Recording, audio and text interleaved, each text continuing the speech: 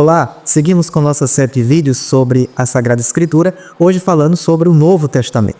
O Novo Testamento que traz vários blocos de livros com suas especificidades que mereceriam até vídeos mais extensos, mas hoje iremos mencionar apenas alguns aspectos mais gerais de cada um desses blocos.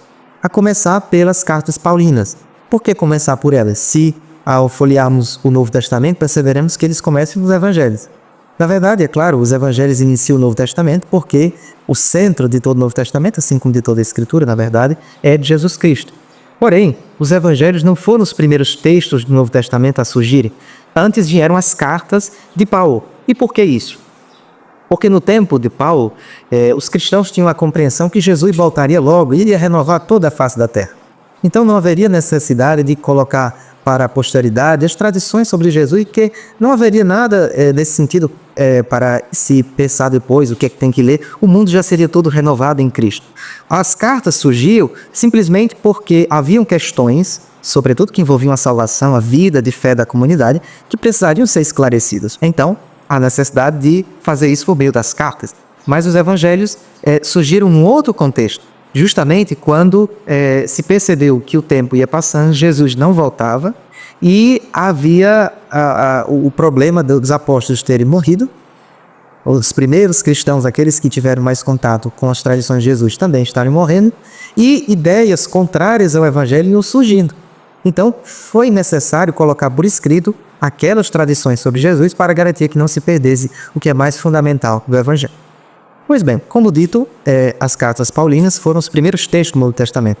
Mais precisamente, a primeira carta aos Tessalonicenses, por volta do ano 50, 51 depois de Cristo. Na verdade, o conjunto de cartas autenticamente paulinas ou proto-paulinas são do ano de 50 a 58 mais ou menos. E aqui tem uma outra divisão importante. O corpus paulino, ou seja, o conjunto de textos atribuídos a Paulo, é um todo de 14 livros. Porém, os estudos mais recentes apontam que apenas 7 desses textos são, de fato, autenticamente paulinos, ou seja, escritos por Paulo, que seriam a primeira carta aos Tessalonicenses, 1 e 2 Coríntios, Gálatas, Filipenses, Filemon e Romanos. Esse conjunto, chamado proto-paulinos ou primeiro paulinos, seriam aqueles escritos, de fato, que vêm do apóstolo. Depois há um conjunto de livros que são de discípulos dos apóstolos, as cartas deuteropaulinas, que seriam 2 Tessalonicenses, Colossenses e Efésios. E ainda teve um terceiro grupo, que seriam de discípulos de Paulo, que seriam as trito-paulinas, ou até mesmo chamadas de cartas pastorais, porque seus destinatários seriam pastores de determinadas igrejas, que seria Tito, 1 e 2 Timóteo. E ainda tem o caso da carta aos Hebreus, que por muito tempo foi considerada de Paulo, e hoje em dia se acredita que não é carta, não é de Paulo, nem é aos Hebreus. Né? Não é carta porque ela tem um estilo muito mais de homilia. Não é de Paulo porque a sua estrutura, a sua linguagem, a sua teologia demonstra um período bem posterior e também ser um outro autor. E não é aos Hebreus, porque na verdade se trata de cristãos do final do primeiro século, embora talvez de origem judaica, verdade. Então, as cartas paulinas têm essa divisão. Embora é bom destacar que, apesar de nem todas elas serem realmente de Paulo, ou a parte atribuídas a ele, isso não perde o valor da carta, sua autenticidade no sentido de ser inspirada por Deus. Isso não tira o valor da carta. Então, o fato de perceber se é ou não de Paulo é simplesmente para aprofundarmos o estudo da sua mensagem. E existem 3 critérios fundamentais para distinguir se uma carta seria paulina ou não. Primeiro, o vocabulário, né? Se é próprio dos escritos de Paulo ou não. Segundo, a teologia, se tem a ver com as ideias, com as mensagens que Paulo transmitiu nas suas cartas autênticas. E terceiro, seria a pessoalidade, no sentido de que Paulo ele é muito apaixonado nas suas cartas e expressa sentimentos muito fortes, seja de alegria, seja de raiva. Então, aqueles textos mais formais, mais impessoais, possivelmente não seriam de Paulo. Esse é um aspecto. O outro conjunto de livros do Novo Testamento são, logicamente, os evangelhos. De modo muito especial, os evangelhos sinóticos ou semelhantes, que seriam Mateus, Marcos e Lucas. Esses evangelhos recebem esse nome porque não só eles são semelhantes na sua estrutura, mas possivelmente um depende da formação do outro. Tem até uma teoria, que hoje é uma das mais bem aceitas, seria a teoria das duas fontes, para explicar a origem dos evangelhos. Acredite-se que Marcos seguia um conjunto de tradições sobre Jesus, e ele mesmo foi construindo o seu evangelho. E Mateus foi construído a partir de Marcos e a partir de uma fonte de ditos, de palavras de Jesus, que hoje se chama fonte Q. E Lucas fez um processo semelhante. Usou o Evangelho de Marcos e também usou essa fonte Q, sendo que tanto Mateus como Lucas também usaram materiais próprios. Portanto, Mateus e Lucas usaram, independentes um do outro, o Evangelho de Marcos e essa tal de fonte Q para construir o seu Evangelho. O autor do Evangelho de Lucas é possivelmente o mesmo autor dos Atos dos Apóstolos. Por isso, geralmente se estuda esses dois livros em conjunto. O Evangelho de Lucas narra a vida de Jesus e os Atos dos Apóstolos, a vida da igreja, continuando a missão de Jesus. Então, isso é muito importante. Os Atos dos Apóstolos, é claro que tem um fundo histórico, sobretudo nas 4 grandes viagens de Paulo, embora ele não é histórico em tudo. A grande ideia dos Atos dos Apóstolos é mostrar como o Espírito é o principal personagem da vida da igreja que vai fazendo o Evangelho se espalhar por todo o mundo, desde Jerusalém, Samaria, Judéia e todos os confins da terra, inclusive concluindo sim Roma, que na época era o fim do mundo, né? O fim da terra, então compreendida. Um outro conjunto de livros da Bíblia seriam os escritos joaninos, no caso do Novo Testamento. Compõe o Evangelho de João, as cartas de João e o Apocalipse.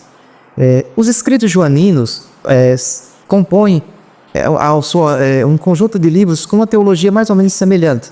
Não é que sejam de um mesmo autor, mas possivelmente seja de uma mesma comunidade, ou pelo menos de um grupo que partilhava ideias ou perspectivas semelhantes. Acredita-se que uma figura chamada discípulo amado esteja por detrás, pelo menos, do Evangelho de João e dessa tradição joanina. Uma figura que foi muito importante para aquela comunidade e que deixou sua marca na elaboração do seu Evangelho. O Evangelho de João é um pouco diferente dos outros evangelhos. Ele recolhe algumas coisas dos sinóticos, mas também traz coisas novas. O Evangelho de João não tem milagres, tem sinais, porque os sinóticos, os milagres são revelação do Rei de Deus. No Evangelho de João, os sinais são muito mais revelação do próprio Jesus como Filho amado e enviado do Pai. Em João não tem parábolas, tem alegorias. Em João não tem exorcismos, não tem discurso sobre o final dos tempos. Ele tem uma estrutura diferente, mas igualmente muito bonita, cuja grande marca, o grande sinal é o amor de Deus como mais fundamental. As cartas joaninas buscam seguir um pouco a tradição do Evangelho de João, com destaque a combater algumas até distorções do mesmo Evangelho que foram surgindo naquela comunidade. Grupos que acabavam relativizando a vida concreta de Jesus. Por isso que o autor da primeira carta de João diz que não age do Espírito quem não confessa Jesus Cristo na carne.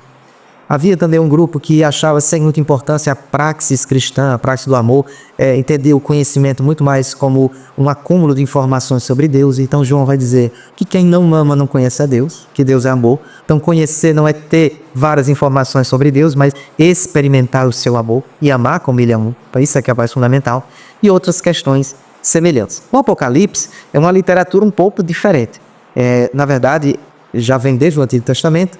Não é uma literatura para botar medo no povo, como às vezes a gente pode pensar. É uma literatura de resistência. Isso quer dizer que as comunidades apocalípticas escreveram dessa linguagem simbólica, até com figuras, com demônios, com dragões, etc. Mas também com muito simbolismo, cores, números, etc. Para dizer ao povo resistir, ser fiel à palavra de Deus, mesmo no meio de tanta perseguição, porque a vitória viria. No caso do Apocalipse, o contexto seria possivelmente perseguição durante o Império Romano.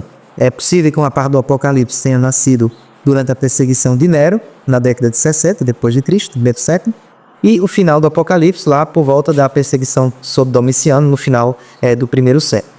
De qualquer modo, é uma linguagem para dizer que o ressuscitado vive e é a sua presença a garantia de vitória por meio das dificuldades que enfrentamos, das perseguições, e é preciso construir um novo céu, uma nova terra, a partir de Jesus Cristo, a partir da palavra de Deus.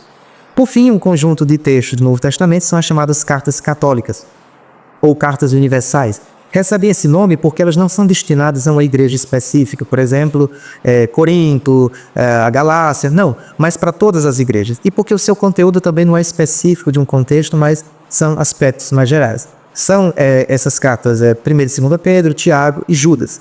E embora recebam esses nomes, elas são pseudo-epígrafos, ou seja, são indicadas como se fossem desses apóstolos, mas na verdade não foram escritas por eles. Mas bem do final do primeiro século, os apóstolos já tinham morrido. mas busca justamente falar de vários aspectos da vida cristã que precisam ser valorizados, como, por exemplo, a justiça, as obras e o cuidado com os pobres, como Tiago vai dizer. A ideia de que nós somos, de certo modo, peregrinos, estrangeiros nesta terra, como a 1 Pedro, que é escrita sobretudo para escravos que estavam se sentindo, digamos, sem casa, sem lar. E uma forma de dizer assim, que o Evangelho sofre ameaças, que é 2 Pedro e a carta de Judas, sobretudo procura combater falsas ideias do Evangelho, mas é preciso sempre permanecer fiel à palavra de Jesus, ao seu amor, à sua justiça. No próximo vídeo falaremos um pouco mais sobre a interpretação da Escritura e como é Jesus o critério por excelência para entendermos a Bíblia, a palavra de Deus. Até lá!